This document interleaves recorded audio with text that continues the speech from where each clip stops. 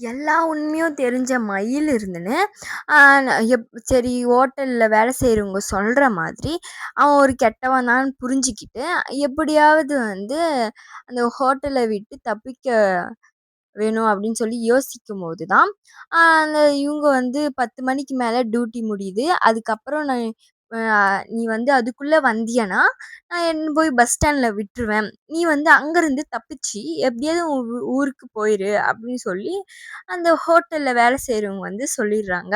உடனே நம்ம மயிலுக்கு வந்து அந்த யோசனை வருது. இவன் வந்து கெட்டவன் தான் அப்படின்னு சொல்லி அந்த ஜூஸ்ல வந்து மயக்க மருந்து குடுத்து அந்த அ ஆனா வந்து நம்ம மயிலுக்கு வரும். தெரியும் அதுல மயக்க மருந்து இருக்கு அப்படின்னு சொன்ன உடனே, அத பார்த்துட்டு அவ வந்து அத குடிக்கல. அந்த ஜூஸவே குடிக்கல. அந்த ஜூஸ் குடிக்காததும் இவன் வந்து அந்த நகைய எடுத்துக்கிட்டு, அ வந்து அத விக்கிறதுக்காக கெளம்பிட்டாங்க. இவ எல்லாம் அந்த தினேஷ், அவன் ஃப்ரெண்டு அதெல்லாம் அவங்கலாம் கெளம்பிட்டாங்க. நம்ப மயில் இருந்துன்னு மயக்கம் போட்ட மாரி ரூம்லயே இருக்கா. உடனே வந்து அவகிட்ட வந்து இருக்கிற ஃபோன வச்சு ரூம வந்து லாக் பண்ணிட்டு போயிட்டா. அந்த இவன்கிட்ட ஃபோன் பண்ணி, இப்படிதான் வந்து என்ன வந்து எப்படியாவது கூட்டிட்டு பஸ் ஸ்டாண்ட்ல உட்டுருங்க. நான் எப்படியாவது தப்பிச்சு போயிடுவேன். இவன் கெட்டவன் தான். இந்த ஜூஸ்ல வந்து மயக்க மருந்து கலந்தான். அத நான் பார்த்துட்டேன்.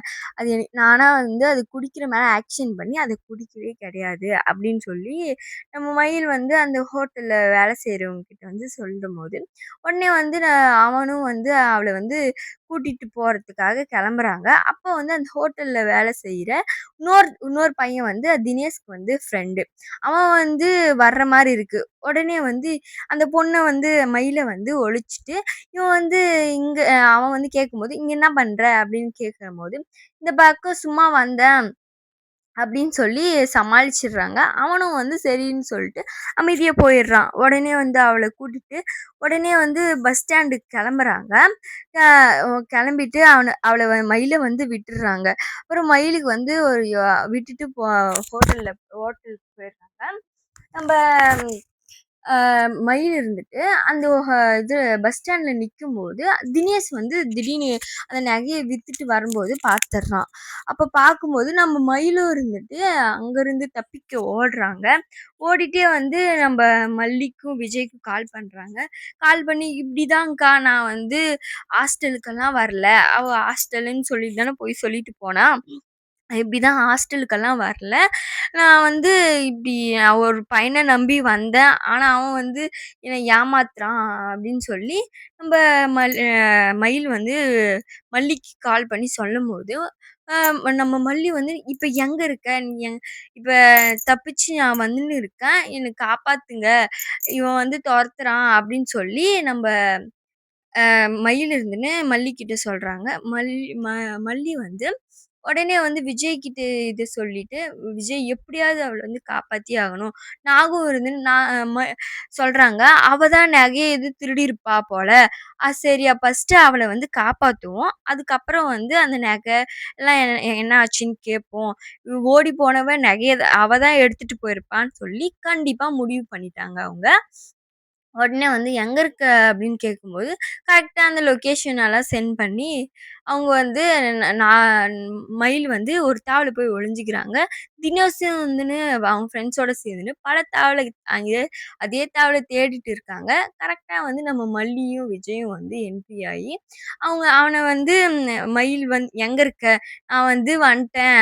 நீ இருக்கிற தாவல் தான் இருக்கேன்." அப்படின்னு சொன்னோனே, மயில் வந்து வெளிய வரா. அப்ப தினேஷ் வந்து பார்த்துட்டு அவள வந்து பிடிச்சு இழுத்துட்டு போம்போது, கரெக்ட்டா நம்ம மல்லியும், விஜயும் வந்து அந்த தினேஷ பிடிச்சிடுறாங்க. "யார்றா நீ? எதுக்காக அடிக்க வர?" அப்படின்னு சொல்லும்போது, மாமா இவன் தான். இவன நம்பி தான் நான் வந்தேன். இவன் தான் என்னை ஏமாத்திட்டான்." அப்படின்னு சொல்லி சொல்லும்போது, அவன வந்து போலீஸ் ஸ்டேஷன்ல குடுத்துடுறாங்க. சரி அந்த நகையும் நாகும் இருந்துன்னு, "அந்த நகையும் நீ எடுத்துட்டு வந்தியா? அந்த நகை காணோம்னு சொல்லி நாங்க வீடெல்லாம் தேடிட்டு இருந்தோம். நீ தான் எடுத்துட்டு வந்தியா? இவ்ளோ கொழுப்பாயிருச்சா உனக்கு? மல்லி நான் அப்பயே சொன்னேன், இவள வந்து ஃப்ரீடமா உடாத. இவள ஃப்ரீடமா வுட்டா, இந்த வேலையெல்லாம் பண்றா பாரு. வீட்ல இருக்கிற நகைய திருடுற அளவுக்கு பெரிய ஆள் ஆயிட்டுக்கிறா. இதுக்கு முன்ன ரூ. 1,00,000 காணாம போச்சுல்ல, அதுக்கும் வந்து இவ தான் காரணம் போல. அப்படின்னு சொல்லி நம்ப நாகு இருந்துன்னு, அத ஒரு பக்கம் திட்டுறாங்க. நம்ம விஜய் இருந்துன்னு, நான் கார்ல வரும்போது கூட படிச்சு படிச்சு சொன்னேன்ல. நீ இப்படி ஃப்ரீடம் குடுத்தா பெண்கள் வந்து நல்லா வருவாங்க அப்படின்னு சொன்னேன். இப்போ வந்து ஃப்ரீடம் குடுத்து நீ என்ன பண்ணி வச்சிருக்க? இவ்ளோ வேல பண்ணியிருக்கியா? சின்ன வயசுல படிக்கிற வயசுல இவ்ளோ வேல பண்ணியிருக்கியான்னு சொல்லி திட்டுறாங்க. அப்ப வந்து அந்த தினேஷ வந்து போலீஸ் கிட்ட புடிச்சு குடுத்துட்டு, அவன அடிச்சு விசாரிக்கும்போது தான் தெரியுது. தினேஷ் வந்து பல பெண்களுக்கு அ கே அது தீமை பண்ணியிருக்கான். அவன் வந்து பல பெண்கள வந்து கூட்டிட்டு வந்து, அவங்க வீட்லருந்து நகைய எடுத்துட்டு வர சொல்லி, பணத்த எடுத்துட்டு வர சொல்லி, அத ஏமாத்தி அ அந்த பெண்கள வந்து ஒரு தாவல வித்து, அதுலயும் காசு பார்த்து, இவன் வந்து பல வேலைகள் இவ்ளோ நாள் பண்ணியிருக்கான். ஒரு ஒரு பொண்ணா லவ் பண்ணி ஏமாத்திருக்கான்.